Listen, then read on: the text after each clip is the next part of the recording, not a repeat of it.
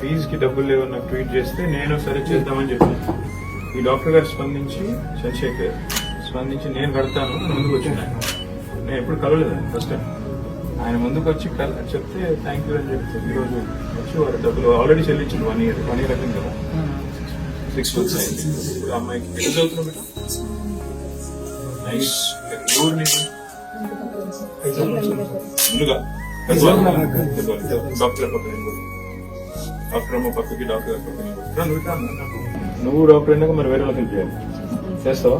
ఎవరన్నా చదువుకొని పిల్లలు, ఎవరన్నా పేద పిల్లలు ఉంటే నువ్వు బాధ్యతగా తీసుకొని నీకు వచ్చిన కష్టం వాళ్ళకి రావద్దు అనుకుని ఒక 4-5 హెల్ప్ చేయాలి. Okay, good luck.